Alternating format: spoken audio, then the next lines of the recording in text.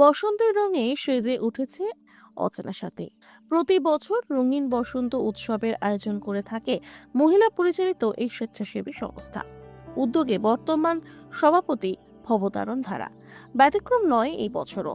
তবে কেবল বসন্ত উৎসবের মাঝেই সীমাবদ্ধ নয় এই উদযাপন, বরং স্বাস্থ্য মেলা থেকে শুরু করে রক্তদান, ক্ষুদেদের নিয়ে বসে আঁকো প্রতিযোগিতা, সবটাই আয়োজিত হয় এদিন। তবে এইবারে মানুষের স্বার্থে আরো কিছুটা সমৃদ্ধির পথে অচেনা সাথে। উদ্বোধন হলো সেবাযান। যে সেবাযানের উদ্বোধন সারেন সংস্থার অন্যতম সদস্যা করুণাময়ী ধারা ও সংস্থার বাকি প্রমীলা বাহিনী। এছাড়াও বিশেষভাবে সক্ষমদের পাশে দাঁড়াতে ও তাদের মূল স্রোতে ফেরানোর বার্তা নিয়ে উপস্থিত ছিল দ্য হান্স ফাউন্ডেশনের সদস্যগণ। নমস্কার, আমি অভিজিৎ ব্যানার্জি, বাস 3 মোবাইল থেরাপি বাসের ফিজিওথেরাপিস্ট।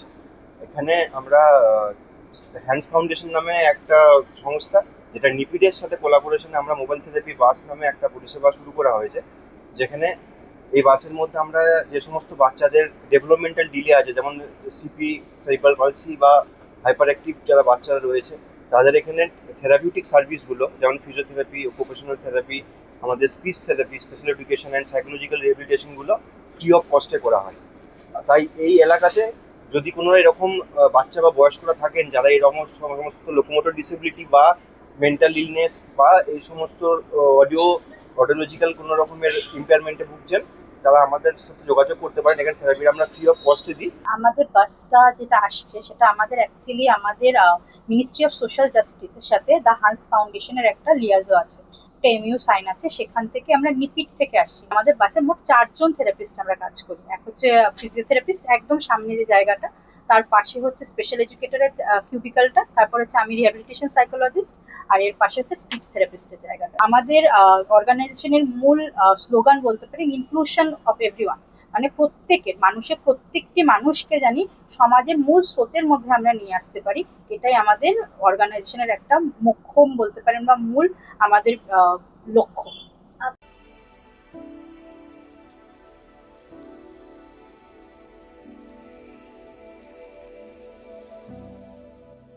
আমার সমস্ত আশায় জল ঢেলে দিয়েছে, আর তুই এখন এখানে দাঁড়িয়ে আছিস? চল এখান থেকে। ব্যাপারটা এতটাই নাটকীয় ছিল, মানে এমনিতেই 4 তলার উপরে শুটিং হচ্ছে, বন্ধ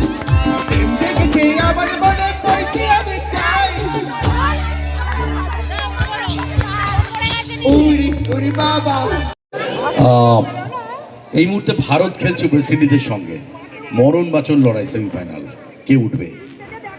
তারপরেও আপনারা এসছেন, আমি যতক্ষণ থাকবো সেটা দেখার জন্য। ওরা এসছে, আপনারা আমার জন্য অপেক্ষা করছিলেন। আবার চেঁচাচ্ছি, এখন চেঁচিয়ে নে, বিয়ের পর বুঝবি কাজ চেঁচানোর দায়িত্ব। আমাদের এটা 6 বছরে করেছি এই অনুষ্ঠান। আর অ্যাকচুয়ালি আমরা যেটা করি, আমাদের অচেনা সাথী যে সংস্থাটা তৈরি হয়েছিল, এখানে আমাদের প্রথম থেকেই বলা হয়েছিল আমরা স্বাস্থ্যের উপর জোর দেব, আমরা এডুকেশনের উপর জোর দেব এবং সমাজ কল্যাণের বিভিন্ন কাজে বা প্রচারে আমরা জোর দেবো। যেহেতু স্বাস্থ্যের দিকে আমরা জোর দিয়েছি, সেই জন্যই আমরা সকাল থেকেই আমাদের ছিল রক্তদান শিবির, তার সঙ্গে স্বাস্থ্য মেলা, এবং আমরা স্বাস্থ্য পরিষেবাকে প্রত্যন্ত গ্রামের মানুষ যাতে সে সুযোগ সুবিধা পায়, তার জন্য আমরা অ্যাম্বুলেন্স পরিষেবার শুভ সূচনা আজকে করতে পেরেছি। তার সঙ্গে সঙ্গে আমাদের এই এলাকার যে সমস্ত শিশুরা রয়েছে, তারা যাতে লেখাপড়ার মধ্যে থাকে এবং লেখাপড়ার মধ্যে থেকে তাদের মধ্যে প্রতিযোগিতা হয়, তাই ড্রয়িং আমরা করেছি এবং সেখানে আমাদের অঙ্কন প্রতিযোগিতা সেটা আমরা করেছি। এই প্রোগ্রামগুলো সকাল থেকে চলে যাচ্ছে, যাতে আমরা বসন্ত উৎসবের শুভ সূচনা এটা করতে পারি এবং এলাকার মানুষজনকে তার সঙ্গে সামিল করতে পারি। তার জন্যই আজকে এই মনোজ্ঞ অনুষ্ঠানের আয়োজন করেছি। আমরা শত দুঃখ কষ্টের মধ্যেও আমরা সবসময় আনন্দে মেতে থাকি, আমরা আনন্দহারা হয়ে থাকি।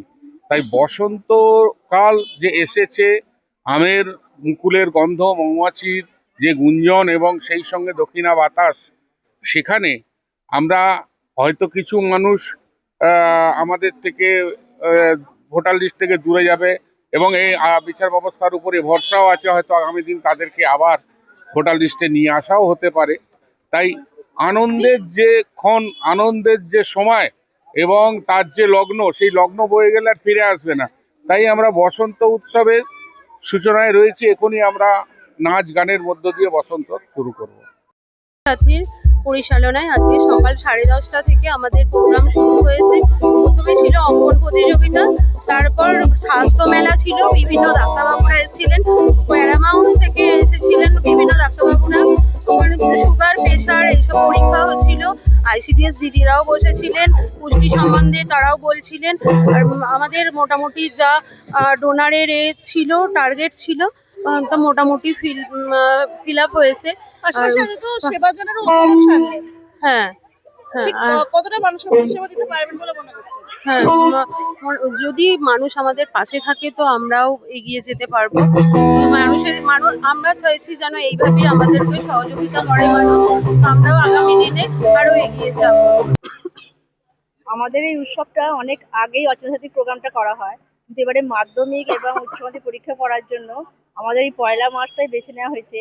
আর আমরা বসন্ত উৎসব আগে ছোট করে প্রোগ্রামটা করতাম, এবারে বৃহত্তম মানে অচেনাসাথী প্রোগ্রামটাই বসন্ত বড় করে করা হচ্ছে। আমাদের এই অচেনা সাথী যে স্বেচ্ছাসেবী সংস্থা 6 বছর হলো এখানে শুরু হয়েছে।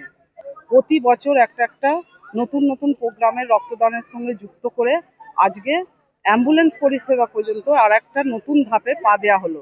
যেই অ্যাম্বুলেন্স পরিষেবা আমাদের গ্রামে একটা অ্যাম্বুলেন্স পঞ্চায়েতের তরফ থেকে ছিল, যেটা সময়ে আমরা মানে বিভিন্ন অনেক লোকের দরকার হলে যেটা আমরা যোগাযোগ করতে পারতাম না। তার জন্যই অচেনা সাথীর এই ভাবনা, যে অ্যাম্বুলেন্স পরিষেবা যাতে সাধারণ মানুষ কম সময়ের মধ্যেই ফোনের মাধ্যমেই যোগাযোগ করতে পারে।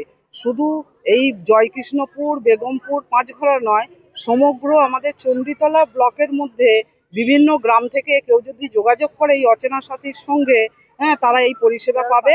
এই অনুষ্ঠানে আমরা সবাই মিলে যোগ দিয়ে সহযোগিতা করি সবাই মিলে।